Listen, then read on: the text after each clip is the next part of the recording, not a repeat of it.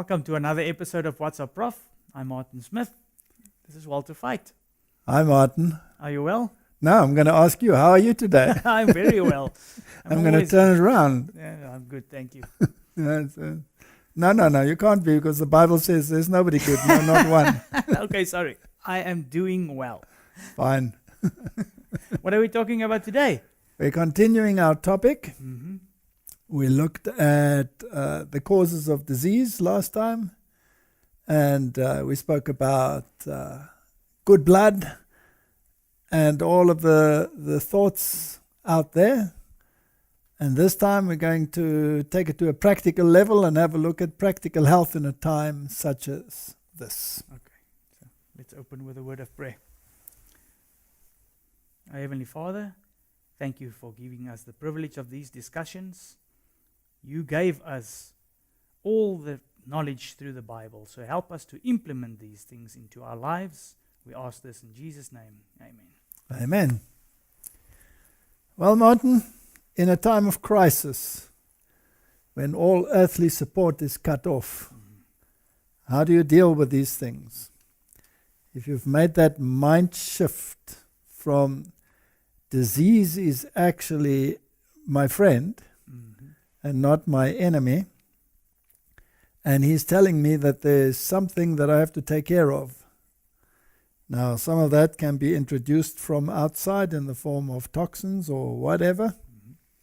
And so we have to look at how do we help the disease to cope with certain issues. Now, one of the things that bothers people is that natural remedies seem to take time. And people say, they don't work. We want something that gives instant relief, Yes. right? Yes. So they add a drug to the problem and actually exacerbate the problem. Here's an interesting quote from the Ministry of Healing. The use of natural remedies requires an amount of care and effort that many are not willing to give. Nature's process of healing and upbuilding is gradual, and to the impatient it seems slow. The surrender of hurtful indulgences requires sacrifice, but in the end it will be found that nature, untrammeled, does her work wisely and well. Those who persevere in obedience to her laws will reap the reward in health of body and health of mind. Again, you have the body and the mind. Oh, that's so important. It's not all about your physical well-being. It's about the mind as well. Correct. And then make use of the remedies that God has provided, and we've looked at them before: pure air, sunshine, and the intelligent use of water. That's an interesting clue. Are beneficial agents in the restoration of health. But the use of water is considered too laborious. It is easier to employ drugs than to use natural remedies. That's a problem with humanity, right? Yeah, instant fix. So we are actually admonished to educate away from drugs. Drug medication, as it is generally practiced, is a curse. Educate away from drugs. Use them less and less and depend more upon hygienic agencies. Then nature will respond to God's physicians. Pure air, pure water, proper exercise, a clear conscience. Those who persist in the use of tea, coffee, flesh meats will feel the need of drugs. But many might recover without 1 grain of medicine if they would obey the laws of health. Drugs need seldom be used. In another place it says, can be dispensed with altogether. Yeah. Now, why are flesh meats always on the list? Flesh meats are acid forming, highly acid forming, and the body likes an alkaline system. It doesn't want an acid system. And many a disease, or most disease, is from an acid system.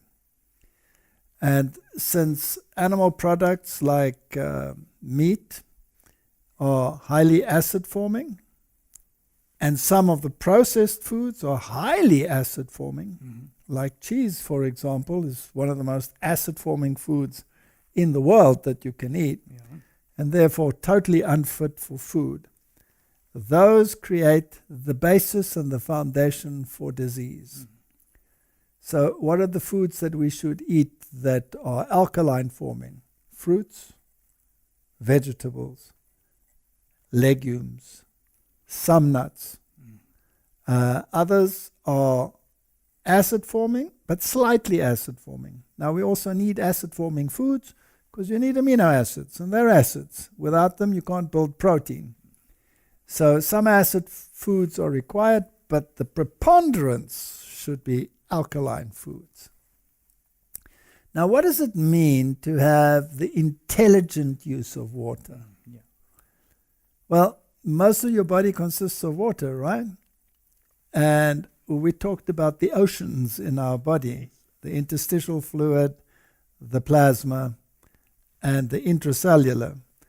Now, once all the metabolites end up in these fluids, they have to be removed from the body. Some are removed by the kidneys, some are removed by the sweat glands, and others have to be discarded in other ways. Some of them are ingested, macrophages, you get rid of them via the intestinal system, through the skin, or through the lungs.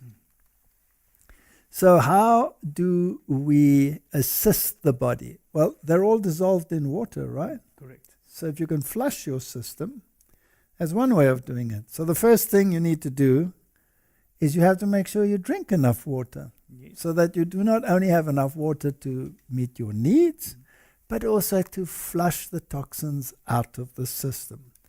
So most people would say you need about 2 liters of water a day. And if it's hot, and if you're working physically, you need more than that. So that assists the body to get rid of it. And what kind of water do you need? Yes, that's important. Yes. Now, nature supplies the best kind. Rainwater, artesian well water, spring water, those are the finest forms of water that you can have. Now, water also has a particular surface tension. And cells need another surface tension. So there are surfactants that are added in the blood, proteins and other lipid compounds, to break down the surface tension, much like soap in water breaks down the surface tension, then you can dissolve dirt easier. So it happens in the body. So good water, spring water, artesian well water, rainwater. Maybe I just want to also put in, when you're thirsty, it's already too late to drink. Then you should have drank water already. You should drink water on a regular basis. So most people devise a little plan here or there. One way of doing it is to have a full glass of drinking water in the restroom. So when you release water, you replenish it immediately. That's a very good system. And another way of using water intelligently, especially when you are sick or the lungs are congested, then steaming is very, very beneficial. In other words, you put boiling water in a bowl, you add a little bit of salt, that changes the dynamics of the steam, and put a towel over your head and inhale the steam. That loosens the phlegm and helps the body to get rid of it. You know, people take substances that dry up the phlegm. That's exactly what you don't want to do. You want to get rid of it because the body is telling you, I want to get rid of this stuff. So the mucus glands, they take toxins and release them, and your white blood cells get added to it. So normal phlegm is white. If you are infectious, then it's yellow, because there are white blood cells that have died and given up those things that they've taken up, detoxifying the body. And now the body says, get rid of it. Don't dry it out. Get rid of it. So steaming is very, very beneficial, or sweat baths or steam baths. That's an intelligent use of water. Fermentations. Mhm. If you have a bronchial problem, then bring the blood to the lungs. In other words, put hot fermentations with water. That brings the blood to the surface and helps to detoxify that particular area. Okay, but just for a practical illustration, you say bring water to the chest, but is that in the form of a hot towel that you put on there, or? Correct. Now, heat is not enough. It needs to have the steam, the water in it. So basically what you do is you can put a dry towel on top of your chest, then you add a hot towel with water, steaming water on top of that so that you do not burn. Put another dry towel over that, put a plastic sheet over that, go and lie under wraps, and then change that 3 times. And in between, rub it down with ice water. That is quite a procedure. That's why many people don't want to do it. Yeah. But then you have a hot-cold treatment, and you're also shunting the blood from away from the skin to the skin, away from the skin to the skin. And this helps the body to fight the problem. Yeah. Salt rubs are also something that you can do. Hot and cold showers and hot and cold rubs. These are all things that are very beneficial. So water is not only for drinking, it's for steaming, it's for fermentations. You can do, if you have an injury, for example, you can put it into hot water and then into ice water, into hot water and into ice water. Many, many things can be resolved in that way. There's also, if it's difficult to get into a bath, you can do one where you have a bucket with hot water, you put your feet in it, and you put a towel, and that will also get you sweaty. Correct. And then, of course, herbs, the natural things that God has made available. And many, many herbs have very good remedial qualities. So water treatment and simple herbs. The Lord has taught us that great efficacy for healing lies in the proper use of water. These treatments should be given skillfully. We have been instructed that in our treatment of the sick we should discard the use of drugs. There are simple herbs that can be used for the recovery of the sick, whose effects upon the system are very different from that of those drugs that poison the blood and endanger life. As we've discussed before, prescribed drugs are the number 3 cause of death as a consequence. So it is well known that that is the situation.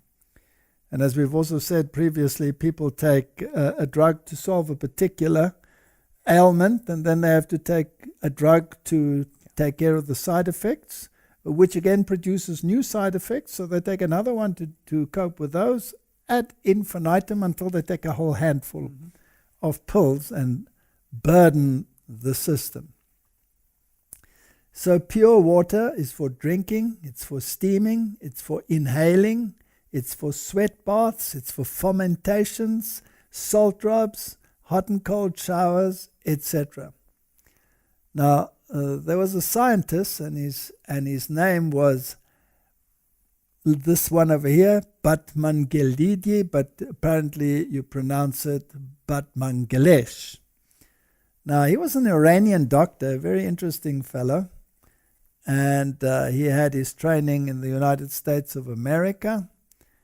And after the revolution, he was in Iran, and they locked him up. And he spent much of his time in jail, and being a medical doctor, he was very busy trying to help all the inmates there. And he didn't have any medication to give them. And so he would prescribe water.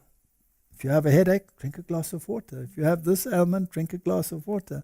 And many of them actually got better, right? The ailment went away. And so eventually he got so interested that he divided them up into groups. And the one group got treated like they regularly treat them in those facilities, and the other group was treated with his water therapy, and the results were astounding. And he was busy with this experiment, apparently, when the notification came that he could be released. And he said, no, I can't be released now. I'm busy with an experiment. So willingly he stayed another 6 months in jail. And he wrote a book called Your Body's Many Cries for Water. And he was speaking about histamine and water regulations. Now, you know that if you have an allergy, you take an antihistamine, right? So he said allergens should be treated with water. For example, asthma, lung dehydration. Salt is also an antihistamine, and you should never take caffeine drinks. You must drink water instead of soft drinks and juices. And many in the world said, well, he's a bit of a quack. So they didn't take him too seriously. But his results speak for themselves. And his book, The Body's Many Cries for Water, became quite a bestseller. Now, it's interesting that when somebody stumbles upon something, he might have taken it too far and say, everything comes from water. Well, obviously not. Allergens like, for example, asthma can be alleviated by drinking a lot of water, but they also come from other things like casein, for example, in milk. So you can't take it too far, but it's interesting that he recognized in that prison that if you give water and people drink more water, then many an ailment can disappear.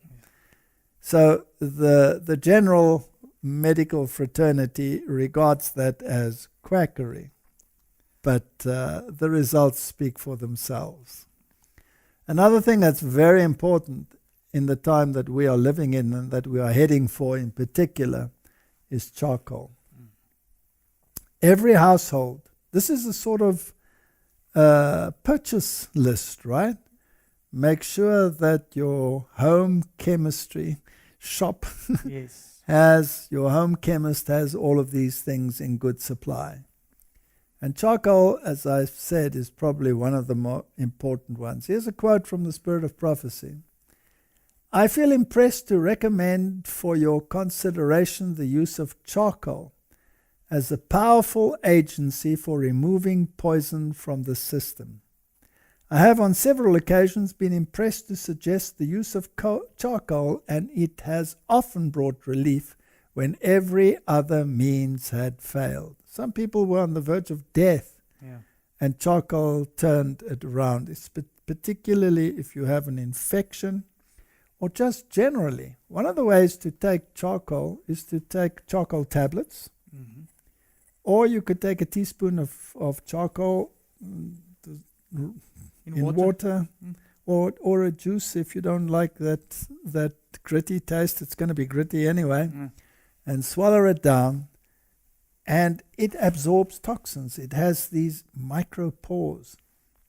When we were doing lab experiments, then we would do hormone analysis, and often you have to centrifugate and get rid of whatever other dissolved substances are present. We would use activated charcoal and then centrifuge it down. Then you know that the soluble stuff has been removed and you can work with whatever you have to work. It works like a magnet for all that stuff. It's amazing.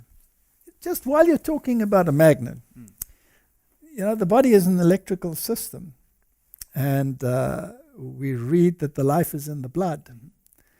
Now, in the previous lecture, we discussed that red blood cells generally have a negative charge and repel each other. If you have an injury or there's a medical problem, those charges are often reversed, which means that the blood is attracted to it because it has a positive charge. Now, the blood also has stem cells in it, and the blood produced in the intestine comes also from stem cells. And some of them are in a state of differentiation. They can become any kind of cell in your body. So you have an injury, the blood is drawn to that, packs around it, and starts working on that injury and restores whatever needs to be restored. So if you need bone cells, those stem cells can provide the bone cells. If you need another cell, they can provide that.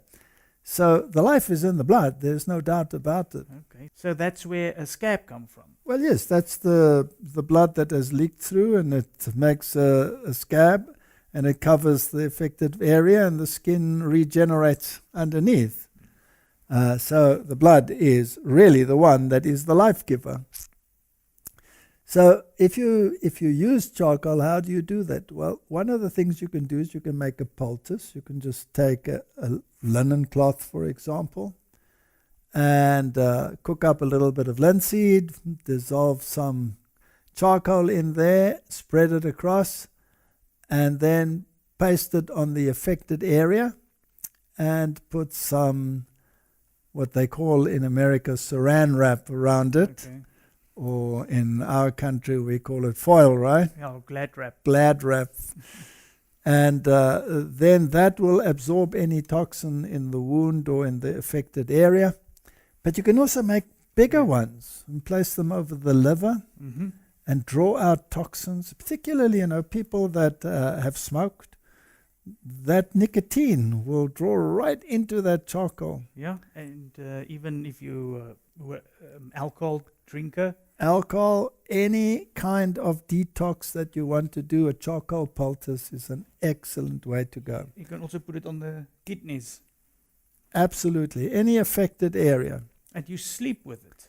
You can wrap right around you and go to sleep with it or walk with it during the day, and then discard it because you don't want to have those toxins go back into your body, right? So you could take 2 or 4 capsules of charcoal a day. Charcoal is the preeminent detoxifier, and when taken on an empty stomach, works its way down into the intestines and activates a blood purification process known as interstitial dialysis. So it actually helps the body to draw those toxins right out. So that is a very important item to have in your first aid kit. Definitely. So let's have a look at herbs and naturopathy. How grateful to the invalids weary of city life, the glare of many lights and the noise of the streets, are the quiet and freedom of the country.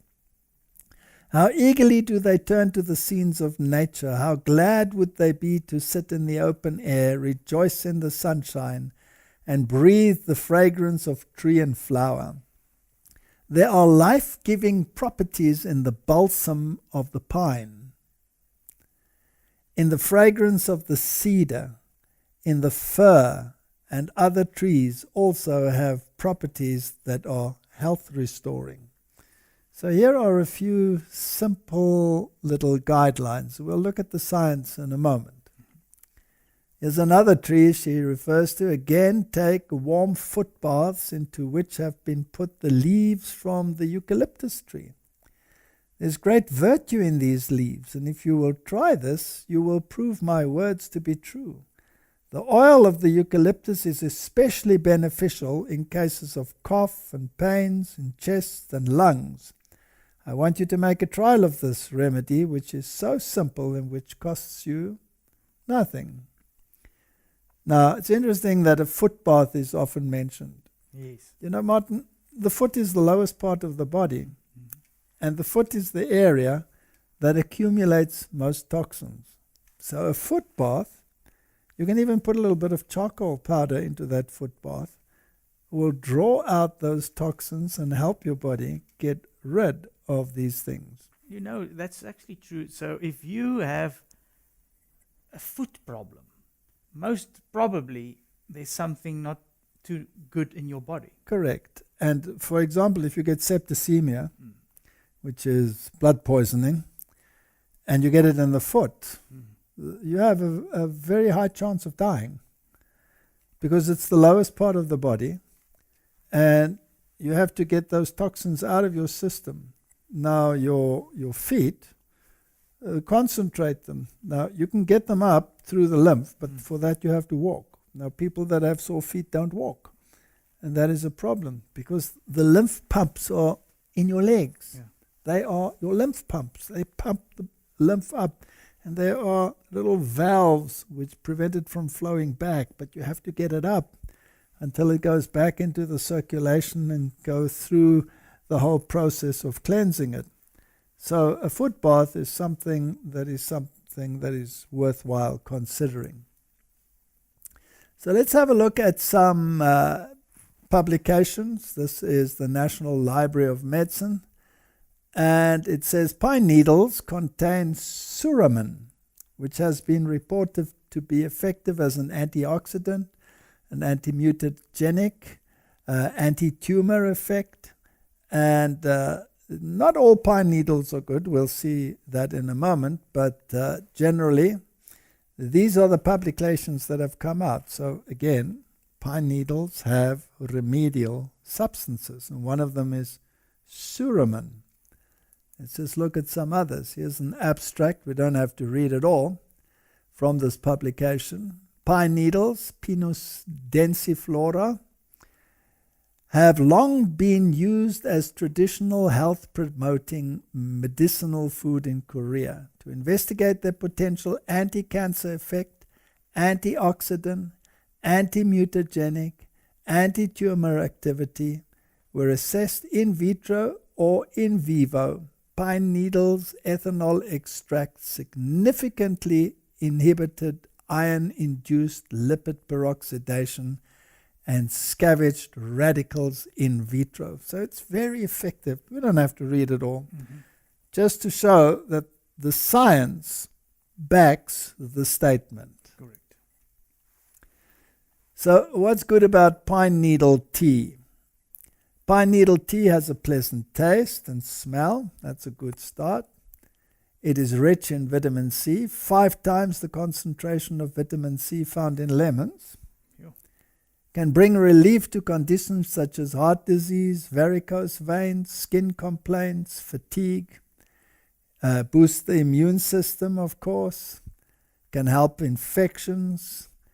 It contains high levels of vitamin A, which is good for eyesight, improves hair, skin regeneration, etc. It's an expectorant for coughs to help relieve chest congestion. It's also good for a sore throat. They say it brings mental clearness. Well, if your blood is improved, then your mental clarity will improve. You know, we discussed in the last one clumping. That reduces the oxygen supply. Yes.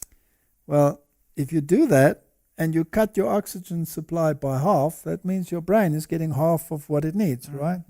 1 cup of coffee, 40% reduction. You don't want to do that. You want to have a healthy mind. For a healthy mind, you must have healthy blood. Yeah. Can help with depression. That could be secondary as a result of a better supply of oxygen to the brain. It's good for blood pressure. So all of these things. Okay, so pick some pine needles, let them soak in boiling water on your stove, and it'll add a crisp pine smell all over the house. So here they say the eastern white pine makes a great tea, but you should try and avoid cypress and yew trees as they have toxic needles. Now there's something else that you find in pine needles besides suramin, and that is shikimic acid or shikimimate. And there are toxic pine needles, as we've said. Be careful when drinking pine needle tea. Drink the oil and the resin that accumulates too. And this shikimate or shikimic acid and their derivatives, they possess cancer-fighting, antiviral, antimicrobial, anticoagulant, and antithrombotic properties. So they help your blood to stay nice and thin. And we were talking about good blood, right? Correct. So the judicial use of water and some of these simple remedies can be used to keep the blood thin. Here's another scientific article. News Medical Life Agency. Scientists are anxiously searching for an effective antiviral to combat severe or critical COVID-19, which has already caused over 1 million deaths worldwide. A new study published in the preprint server BioRxiv reports the elucidation of the mechanism of inhibition of SARS-CoV-2 by non-nucleide inhibitor called suramin. So you find that in pine needles, right? Now we do not have to talk about the mechanism as to what is primary. Did it come from outside or did it come from inside? If you are aiding the disease, then you won't need to respond as vigorously to the disease. Yes. So in that way, it'll be, let's call it, antiviral.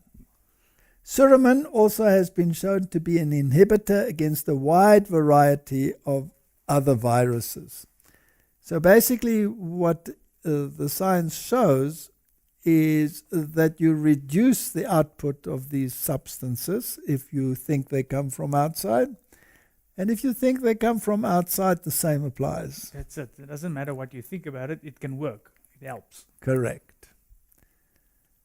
So there are other herbs that you can use, and there are many web pages that talk about these things. Try and find those that use reputable sources and don't just, sprout whatever they think.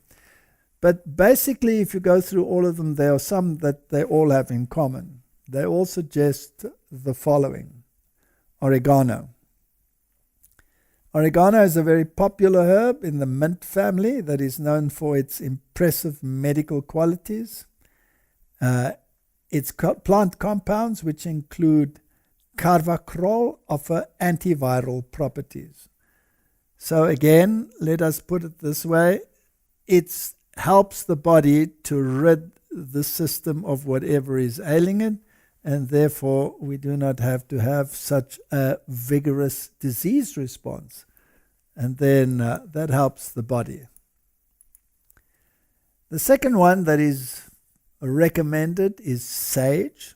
It's also a member of the mint family. It's an aromatic herb, and it also has antiviral properties, antimicrobial properties as well. Just a question. The use of these, is it now in food or is it making teas? Well, you can put it into the food as a condiment or as herb, or you could make a tea from it. Mm-hmm. Basil. Basil has many, many redeeming qualities, and there are many types of basil. Some of them are perennial, some of them are annual. So make sure you can plant them in your garden. And some even have what they call holy varieties. And one test tube study found that sweet basil extracts, including compounds like apigenin and ursolic acid, exhibited potent effects against herpes virus, hepatitis B, and enterovirus. So basically the bottom line is there are substances which help the body to cope with whatever the problem is. Mm-hmm. Now, something like basil has a very interesting taste. You can add it to your food, particularly Italian type of food loves basil. But once you get used to the taste of basil, it's a wonderful herb just to place on an avocado sandwich, for example. Now, I can eat a whole pile of it, and once you get used to it, then your palate starts liking it and craving it. Fennel is another one that you should consider. Now, remember that all of these are alkaline forming. So in that effect alone, they contribute to a healthy system. Yeah. Fennel has a licorice flavor, and they say it is potently antiviral. So again, if it can help your body not to have to use all of these mechanisms to get rid of whatever toxins it is, then that is a good thing. Yeah. Garlic. In a study in 23 adults with warts caused by papillomavirus, applying garlic extract to the affected area twice daily eliminated the warts in all of them after 1 to 2 weeks. Additionally, older test tube studies noted that garlic may have antiviral activity against influenza A, B, HIV, HSV, viral pneumonia, rhinoviruses, which cause the common cold. Now, we did quite a few experiments with garlic, and also wild garlic. We used wild garlic as well and found it is incredibly antimicrobial. It's in fact better than some of the antibiotics. Oh, wow. So that's an interesting point.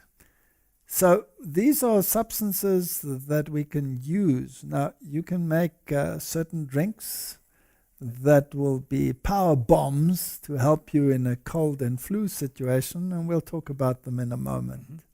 Yeah, and even if you want to, in the morning, drink half a clove of garlic with water, it's a very good antibiotic.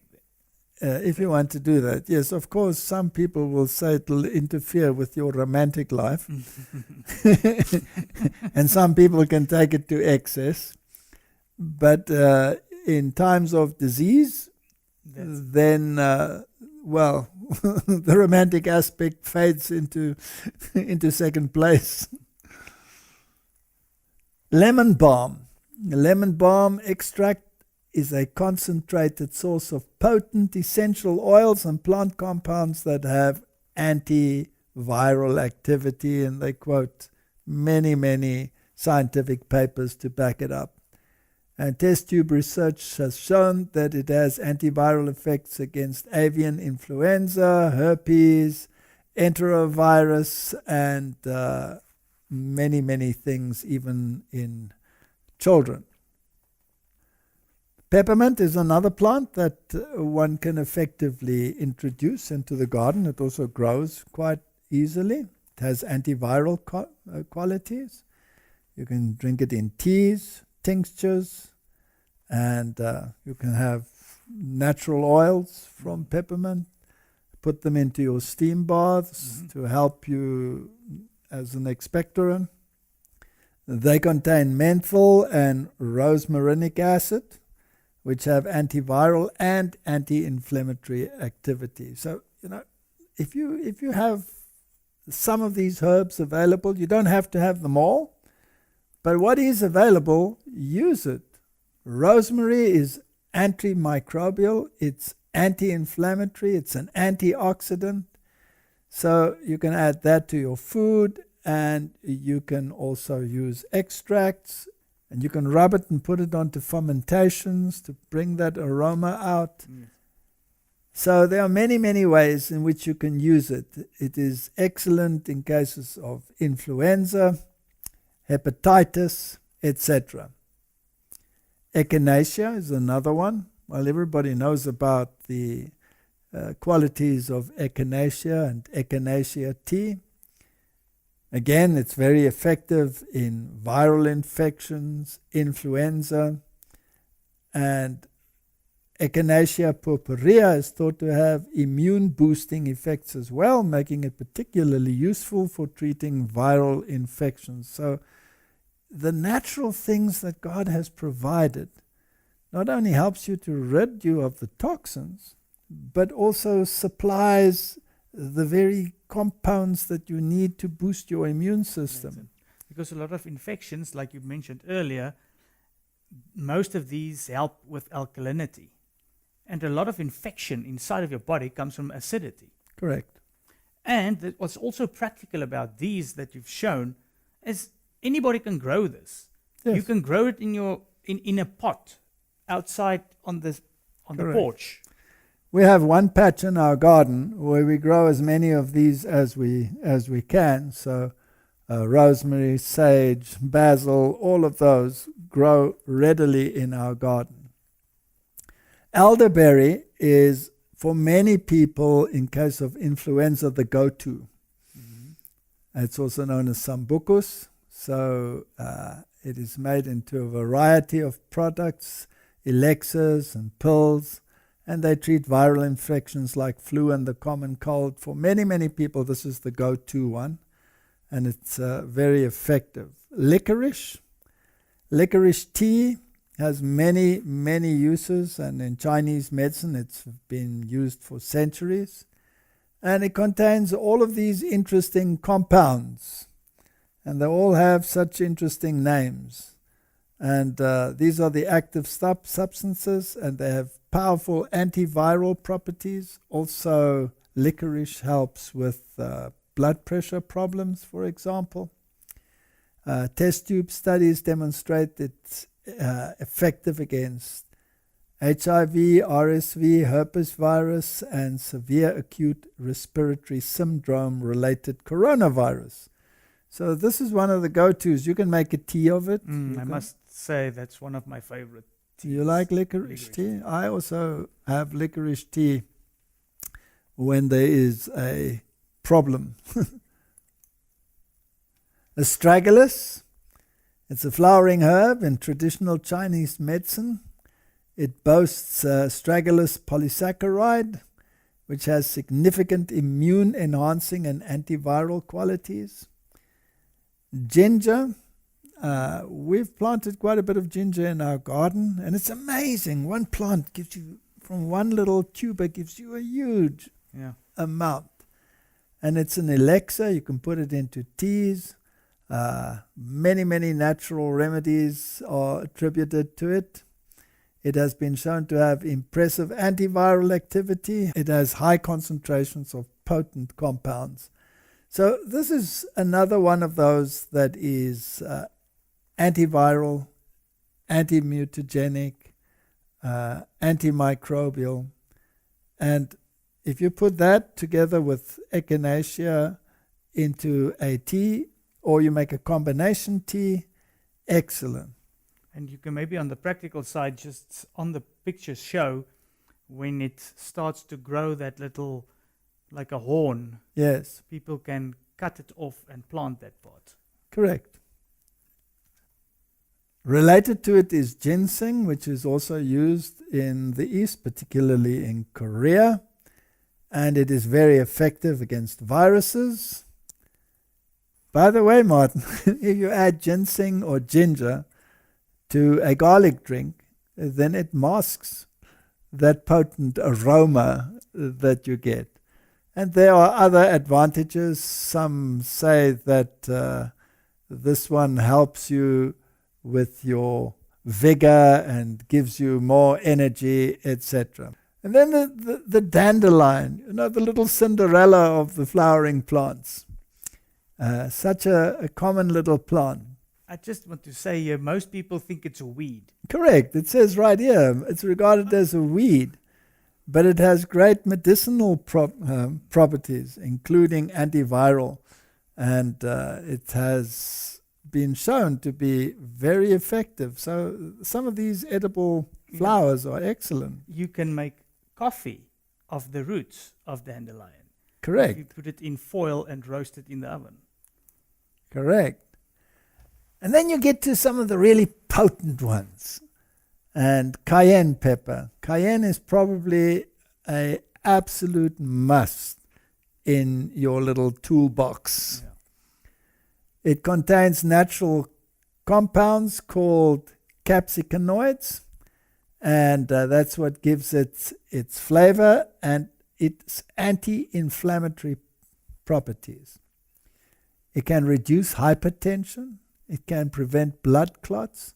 It can prevent myocardial infarcts, heart attacks. So this is really a very, very potent product to have in your house. And it's so simple to keep. So make sure you have this. And if you have circulatory problems, then drink some of this. And it feels hot, it feels like it's burning, but it's a sensation. It's not an actual burn. Yeah.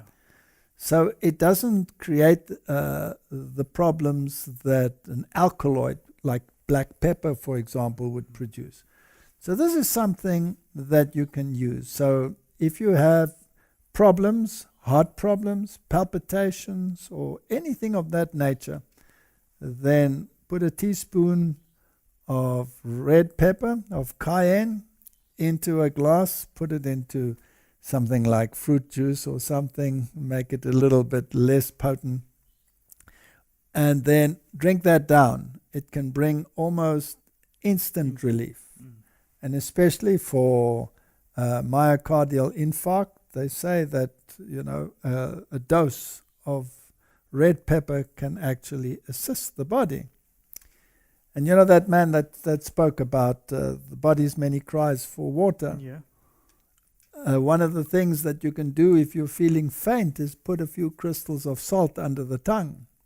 And that is also a very effective way of helping to get your blood pressure restored to what it should be. So red pepper or cayenne pepper has many, many qualities, and it is also anti-inflammatory. So it can help you with inflammation of the body, of any of the urinary tract, etc. Turmeric is the other very important one. Now, we also grow turmeric in our garden, and we keep it frozen. And just take a little piece and put it in the blender. So it contains curcumin, and that's the main component, and it is a potent anti-inflammatory. It's probably one of the most potent natural anti-inflammatories that you can get. It's such a simple thing to have in your house, right? Definitely. Now, one of the things you can do with it is you can make an anti-inflammatory milk. Yes. So you take a plant-based milk, like soy milk or almond milk or any one of those. And the main component, curcumin, dissolves in fat readily. Now, these natural milks like almond milk or soy milk contain a high proportion of fat, so that helps. But you can assist that even by adding, let's say, a teaspoon of coconut oil. Yeah. And then you add a teaspoon of turmeric in a half a liter of milk, and then bring it to a simmer.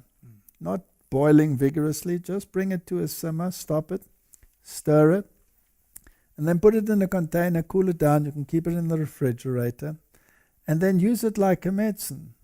3 or 4 times a day, you take a few tablespoons of that, or you can take a glass and drink it. It doesn't matter because it's not going to harm you in any way, but it's one of the most potent anti-inflammatories that you can find. We even drink it when it's still hot, like a hot drink. Like a hot drink. Add a little bit of honey. That's it. And enjoy. And honey is also anti-inflammatory. Correct. I don't think I even have honey in this, but honey is amazing for skin problems, for burns, for many, many things you can use honey. Even if you have very bad eye infection, honey, if you put it into the eye, is a very good, but it's not very pleasant. No. But it helps a lot with an infection in the eye. And the shelf life of honey is almost infinite. Do you know, Martin, that they found honey in the tombs of pharaohs? Yeah. That is still edible. Yeah, that's thousands of years old. Yes, that's thousands of years old. So now if you look at these compounds that we've discussed so far, if you want to make a bomb. Yeah, you've now told us how to make golden milk. That's golden milk, yes. Now tell us how to make a bomb. A rocket fuel. Rocket fuel. Cayenne pepper. So you take a teaspoon of cayenne, and you take a few cloves of garlic, and a sprig of ginger, and you blend that all together, and you add a little bit of honey if you want to. And then you take that and turmeric, and you put it all into that blender and to make that rocket fuel, and then you down it in one shot, and you feel the fire coming out of your ears. You can just see those enemies being destroyed, and that is something that helps in many, many cases. I don't know if you mentioned lemon. Yes, we should put lemon on the list as well, with the skin. So wash the lemon well, take a slice and blend that in with your rocket fuel. Or generally speaking, make yourself a juice with the whole lemon and carrot and apple, and make a juice of that and drink that as a booster. High vitamin A, high vitamin C. There's more vitamin C in the skin, plus all of the volatile oils in the skin. All of those things in that rocket fuel or in a juice. Excellent. Now, stinging nettle is an amazing plant. It's anti-inflammatory, it's anti-allergen, it detoxifies, it is effective for treating prostatic hyperplasia, that's enlarged prostate.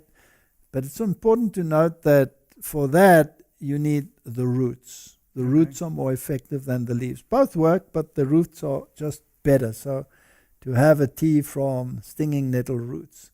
And blood sugar control, and lowers blood pressure, and it is a detoxifier par excellence. So if you have an ailment that involves inflammation of any kind, that is probably one of the go-to teas that you should have, and it really helps to cleanse the system. And then the simple nasturtium. What a powerful little plant. We planted a patch in our greenhouse, and it grows magnificently. You can use any kind, the general one that is on the picture here, or the variegated one which has the little streaks in it. It's potently antimicrobial and anti-inflammatory. And you want to look at some of the evidence. Here are some scientific papers. Antimicrobial and anti-inflammatory activities of the volatile oil compounds von Tropeleum maius, the nasturtium. And it comes from the Journal of Biotechnology. Our studies have demonstrated the efficiency of the natural compounds of this plant as an anti-inflammatory treatment in animals. The antimicrobial activity proved to be selective depending on the pathogens. The results are in agreement with those of other studies. Our results supported the selection and utilization of these compounds as antimicrobial agents in the treatment of infections with microorganisms resistant to existent antibiotics. So here's a very simple one. It has a sharp, peppery taste. You can eat the flower, you can eat the leaves. So when we have a problem, we go into the garden and we take a leaf or two and chew it. You can chop them up into your salad and give it sort of a peppery taste. You can eat the flower as is. Just make sure there's no bug in it. The bugs like it too. If you get one of those stink bugs in there, I don't think it's going to be that great. But what's interesting for me is that it says there, also with microorganisms resistant to existing antibiotics. It's the same like garlic. It is also effective in that region. But this plant is amazing. So you, 2 or 3 times a day, you go in there and you pretend you're a grazer, and you eat a leaf, and you eat the flower, and that is the same as taking medication, but it is not harmful and doesn't have side effects. It's amazing. Amazing. You see, if it's God's natural way, it's always the best. Correct. Another important one to have around is St. John's wort. Now, particularly for mental problems and depression, St. John's wort is amazing. So, seasonal affective disorder, that's people that become depressed when it becomes winter, for example. So it's a mood lifter. Without drugs. You get mood lifters that have other side effects that you don't want. Now, St. John's wort doesn't fall into that category. It supposedly helps with obsessive compulsive disorder, OCD, and social phobias. Basically, it is an anti-anxiety product. So it's a useful one to have in your medicine chest. And then golden seal. Golden seal is a miracle herb. It is praised for its antibacterial and anti-inflammatory properties. It is used to treat skin disorders, lack of appetite, heavy or painful periods, sinus infections, indigestion, and other inflammatory or digestive disorders. It is considered a natural antibiotic and is often combined with echinacea and promoted as an item to strengthen the immune system. So it's a very potent one. You can, of course, get the tincture. Then you take about 10 drops 3 times a day in a little bit of water. And it is a very important product to add to your medicine chest. Okay, I have a question again. These products that we've just seen, on how regular a basis can you consume this? Well, the teas you can drink regularly throughout the day. If you're having the tinctures, then they're more potent, then you use them about 3 times a day. And most of the times, why I'm asking is because sometimes you can buy this off a shelf, and then that will have instructions on how many times. But if you plant it in your garden, you're not going to know. So maybe just read. This is the beauty of herbs. The chances of you overdosing on a herb are virtually null.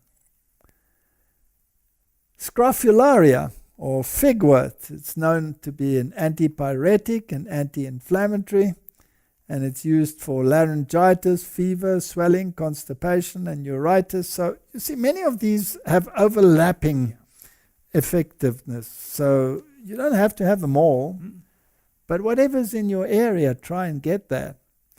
But ginkgo biloba is a very interesting one. And it's a very potent antioxidant, anti-inflammatory. It improves circulation, heart health, and it's a blood thinner. It improves cognitive function and reduces anxiety and depression. So it's something that you could use together with St. John's wort for people that are depressed. So these are just things that can help people in this modern society. Yes. This modern society is so depressed. Just think of all the antidepressants that people use. Eh? That's the number 1 drug in the world. Yes, St. John's wort, ginkgo biloba. Now, when I used to fly a lot, I used to get flight thrombosis. I had flight thrombosis about 3 times from all the flying that I did. So the lockdown was very good for me. But then I would make sure when I fly that I take ginkgo biloba. Yeah. And if I go on a long trip where I sit, I'll take ginkgo biloba. Ginkgo biloba is an excellent product. You get it in a tablet form, and just take 1 or 2 tablets a day, and away you go. Eucalyptus, we've already discussed it to some extent. And the oils are very potent. They can be decongestants, disinfectants, anti-inflammatory. And tea tree oil falls into that same category. It's also anti-inflammatory, antibacterial, antifungal. So Martin, if you do the steam inhaling, you can add a drop of eucalyptus oil and a drop of tea tree oil. It's very disinfectant. And together with the steam, it helps you to get rid of the problems that have occurred in your lungs. And particularly with these diseases that we have today, like the corona, it makes a very thick mucus. Yeah.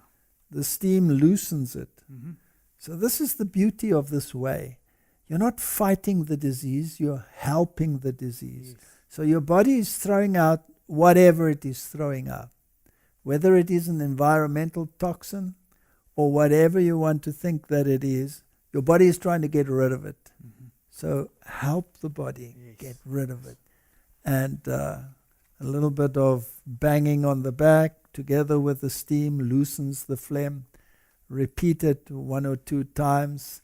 You'll have coughing spells like crazy, if you put a little bit of eucalyptus or a drop, just one drop is enough. Don't put more because it'll overwhelm you. If a little bit of clapping on the back helps to loosen it. And if you have a major coughing spell, that's part of your defense mechanism, to get rid of it. Yes. So get it out. It's unfortunate, but that's the way it is. That's the way. Don't depress it. Help the disease. Don't fight the disease. Lime blossom, Lindenblüten tea is amazing. It relieves anxiety. It fights inflammation. It relieves mild pain. It's a diuretic. It lowers blood pressure, helps with sleep disorders, soothes the digestive tract.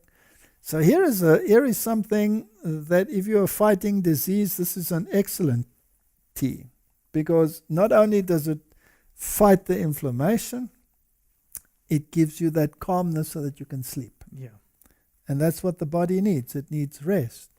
You know, people don't understand that you have an anabolism and you have a catabolism. The one builds up, the other one breaks down.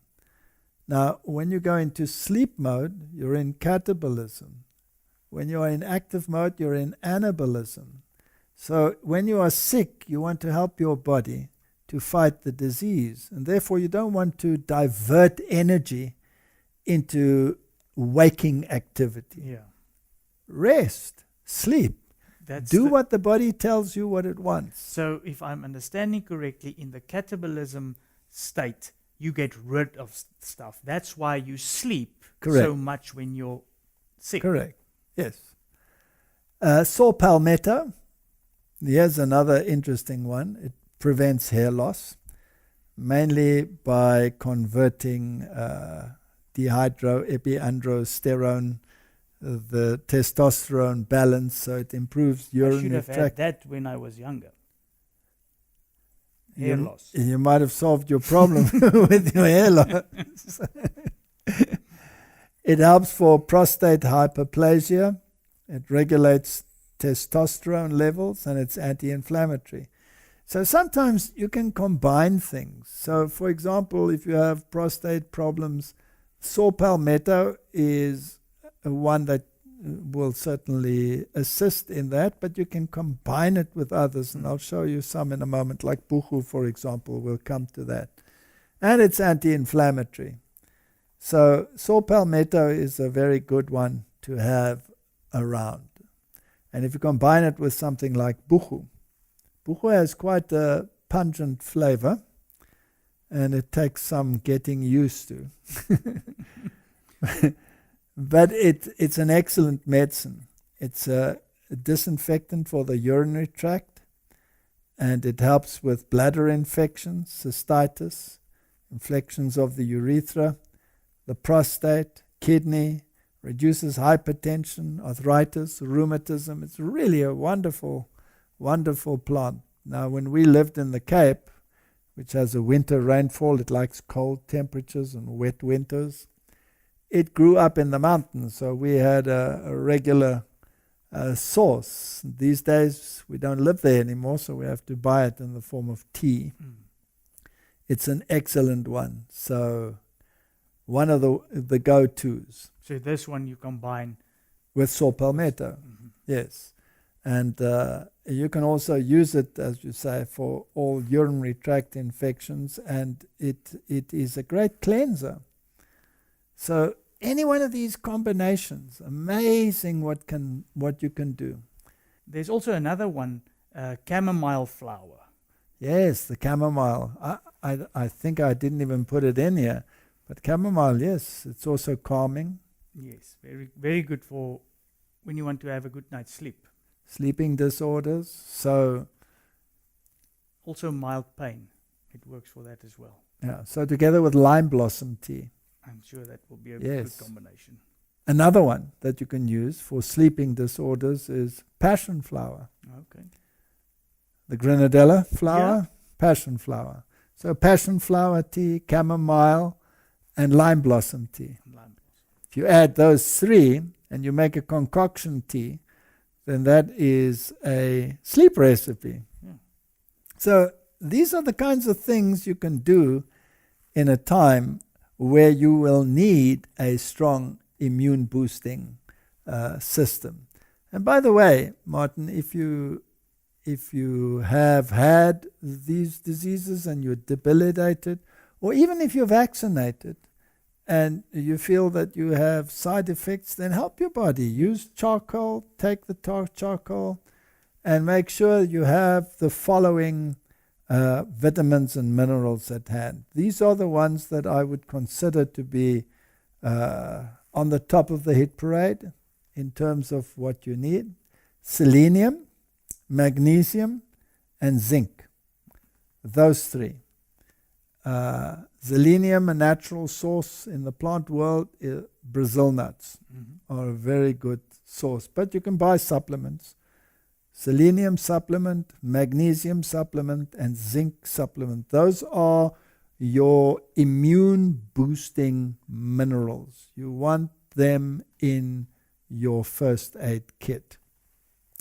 As for the vitamins, make sure you have your vitamin Bs. If you want to have good blood, vitamin B12, get the little soluble one that you put under your tongue. It's cheap and it can help with producing a good blood.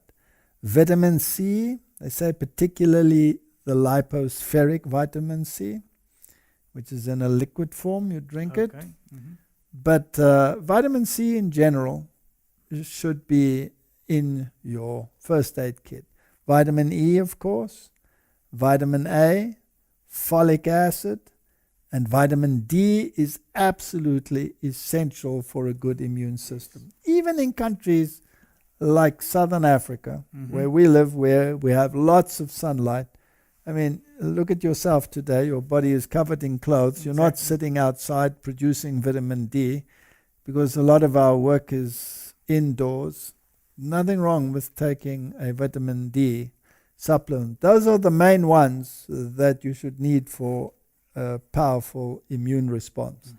And if you take all of those together with charcoal, then you can alleviate many of the unwanted symptoms that are prevalent in the world today. Maybe just important, don't take it at the same time as charcoal. A little bit, because otherwise the charcoal will absorb. Correct, yes. There you must use your common sense. Charcoal is something that absorbs everything. So take that first, wait a few hours, and then take your supplements. And then another important thing, Martin. Thousands die from neglect of human kindness. Love, kindness, touch. There's an interesting story about this hospital in India where they practiced these things during the crisis that the world has experienced, where they gave personal touch, natural remedies, lots of water, and lots of kindness. And people were not nearly as sick as those in the general environment where there was no contact whatsoever, social distancing, fear, and all of these things. Love, kindness, and touch are some of the most important things that you can think of. And this is something that the world is lacking. The love of many will grow cold. And now with this whole scenario, that's the last thing that is prescribed. The last thing. And it's one of the most important. I mean, if you remember, the previous one we actually showed Gibraltar, the island of Gibraltar, and they are fully vaccinated, 100%. But with their lockdown now over the season, they said, don't touch each other, don't hug. So I wonder how many old people died because of lack of human kindness and touch in the last year. This is something that stands as a record against humanity. Psalms 18 verse 35 Thou hast also given me the shield of thy salvation, and thy right hand has holden me up, and thy gentleness has made me great. It's one of the attributes of God is gentleness. And the fruits of the Spirit, as we know, are love, joy, peace, long-suffering, gentleness, goodness, faith, meekness, temperance. Against such there is no law. No law. But, sometimes governments make laws against these things. Unfortunately, the reverser of everything, what do you always call it? I call him the master of reversal. Then it is natural that he will go against what if God says love, kindness, touch. Correct. And here is a letter in the spirit of prophecy. Remember that human kindness is not an unfailing spring, but a spring which must be supplied from the fountain of life, or it will run dry. The fact that God has been removed out of society is responsible for the lack of human kindness. Just that interview that we spoke about in Austria. It is stunning how callous and cold humanity has become. Selfish. Selfish, yes. So I want to end this little discussion with Psalms 91, because Psalms 91 deals with the time of trouble that we are rapidly entering into. And it has such amazing promises. He that dwelleth in the secret place of the Most High shall abide under the shadow of the Almighty. I will say of the Lord, He is my refuge and my fortress, my God, in Him will I trust. This is the first attribute. You have to learn to trust God. Surely He shall deliver me from the snare of the fowler and from the noisome pestilence. He shall cover thee with His feathers, and under His wings shalt thou trust. His truth shall be thy shield and buckler. And you shall not be afraid for the terror by night, nor the arrow that flieth by day, nor for the pestilence that walketh in darkness, nor for the destruction that wasteth in noonday. It's interesting that the pestilence walks in darkness, right? It's associated with evil. I don't think we should go into that, otherwise we could get into trouble again. But people should really start thinking. Logically. And then this promise, 1,000 shall fall at thy side and 10,000 at thy right hand, but it shall not come nigh thee. So there are certain things that we can do to help us in a time such as this. And if we make a little study of how to use natural remedies and apply these simple means together with human kindness and human touch, you'll see what a difference it can make. Especially in the time that we are living in now and we are going into. And in a time when this will be the only means left to help people, because the other will have been exhausted. Let's pray. Heavenly Father, you are the author of life. You are the designer. You know what we need. You have made choices available. Out there in the plant world, we can choose that which is detrimental to us, and we can choose that which is beneficial. And you have given us freedom of choice. Help us to make right choices, to use the right plants, the right herbs for the needs of the body in the time that we are living in. Thank you for these tokens of your care. May we appreciate them and use them. In Jesus' name, amen.